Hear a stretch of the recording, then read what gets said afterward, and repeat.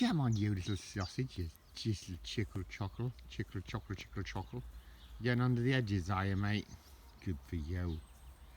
You do like your hedgerow businesses, don't you, mate? Good boy. Come here. Everyone wants to see Jimmy. Oh, they do. Everybody wants to see you. Because you're getting on now, sweetie pop, aren't you? It's true. We're all getting old, aren't it? So, hello, hello, hello. Well, today I'd like to take a look at this, which is a very rare jacket. It's part 2 of a Barbour jacket thing that I did, and this will probably be my last video. You'll be all very glad to learn. I know I've kind of signed out and come back, and more comebacks than a blinking boomerang, innit? But well, this is a very special piece for me.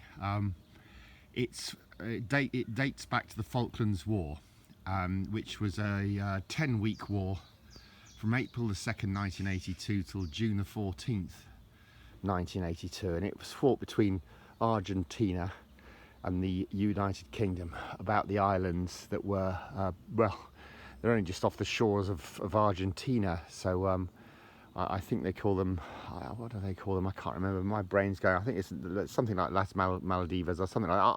I'll have to leave a link. I'm sorry about that. What are you talking about up there? It's snatching food. It is this. What are you doing though? Go away, innit? Either grab some grub or go away. It's some sort of crow. It is. Jimmy's fascinated. Anyway, this is a Barbour jacket. So what was going on? Well, it was a war, and on the UK side, it was pretty heavy. 255 were killed, 775 were wounded, soldiers I'm talking about, and 107 captured. But the Argentinians got a lot worse.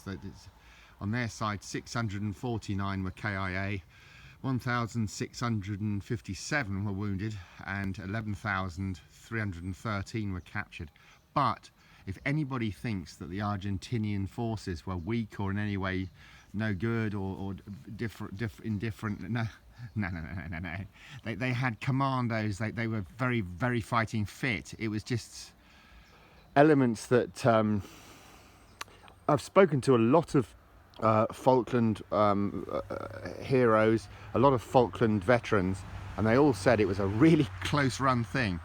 It could have been either way. There was no guarantee that we won that war. I mean, on the offset, the SAS, the Special Air Service, 2-2 went into battle there, and and pretty soon after, the 2nd Battalion Paras, 3 Battalion Paras, and the 3 Commando Brigade Royal Marines. Well, they pretty much landed in St. Carlos by ship. Don't get me wrong, I'm not going to miss out anybody. There were Scots Guards, Welsh Guards, there were all sorts of people involved. But the main forces were the Paras and the SAS and the Commandos. And they landed there on, I think it was the 21st of May, obviously in 1982. And then they had to tab or yomp, depending whether or not you're a commando or a marine. If you're tabbing, you're a para, or if you're yomping, you're a Royal Marine. 56 miles over 3 days, carrying 80 pounds, that's 36 kilograms of kit, plus your rifle, plus your bullets. That's a frickin' bloody yomp or a tab, depending who you are, I can tell you. Anyway, let's look at the jacket, and then they went on to and then they were in the fight, you know what I mean? And then they were in the fight. So this is a Barbour. It's a genuine Barbour. It was used by a captain in, I believe, in 2 Para. That's the liner he used, which is a genuine British Army combat smock liner. He's I suppose in irony, put an Argentinian flag on his lapel. He's obviously had attached these webbing D-rings on there, and his para wings. There's a patch, a pouch even if you want. There's obviously lots of wear and tear. There's a baby's nappy. I remember those from when I was a kid. There are additional para kind of cuffs to the jacket. There's pouches that just wouldn't have been on the original jacket, as it were. There's also a hood. This is probably a very rare piece of kit, by the way. I'm not bullshitting. This is probably a one-off. if there's any more people out there that have got these sorts of things, then please do email me, or how can you? No, you can't, because I've closed off my comments. So just thumbs up if you see it anymore. Thumbs up. It's obviously seen action. These are the original Barbour vents. That's a 58 pattern webbing belt that he's using, obviously as a but it's got a really weird looks like a parachute clasp buckle there, which you can stretch and tie. There's another really weird patch here, pouch even, patches and pouches. What the, who the kangaroo are you, mate? You know, g'day. You know, what's your friction? Anyway, look at this. Look what's inside there. There's a lint dressing and some bulbage from the period, which is really cool. Look at that. Hand lamp bulbs. There's something else in there. I'm going to have to lay these on the grass for temporary, as the Aussies say. There it is. That's the bits that... Don't eat that, mate. That's the other ending of the lint dressing. It's original, like 1982 kit, mate. G'day, cobber. I'm starting to turn Australian. That is an unbleached triangular bandage, which obviously you would come in very handy if something nasty happened. It's degraded, unfortunately. The plastic's kind of just going off it. That was tucked in to the top pocket. So I love this jacket, obviously, for obvious reasons. I think it's quite rare. I think it's a collection masterpiece of mine. Very happy to have it in my collection. As I say, well, you can't contact me because I'm offline now. But this jacket was genuinely worn. It's not fake. It's not been farted up. It's the real deal. It cost me a lot of money, I can tell you, to grab it originally, and I'm very happy to have it. As I say, I happen to know. I'm not going to reveal the captain's name because that would be divulging secrets that weren't allowed to me. But it was owned by a captain in the 2nd Battalion Parachute Regiment. So it's a Barbour that they would have swapped out, I suppose, in place of the DPM, the disruptive pattern material jacket they had, the 68 pattern, which was really heavy when wet.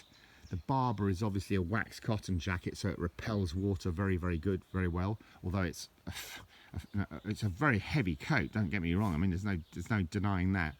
But it's probably not as heavy as a wet DPM. And also, you're dry inside, isn't it, eh?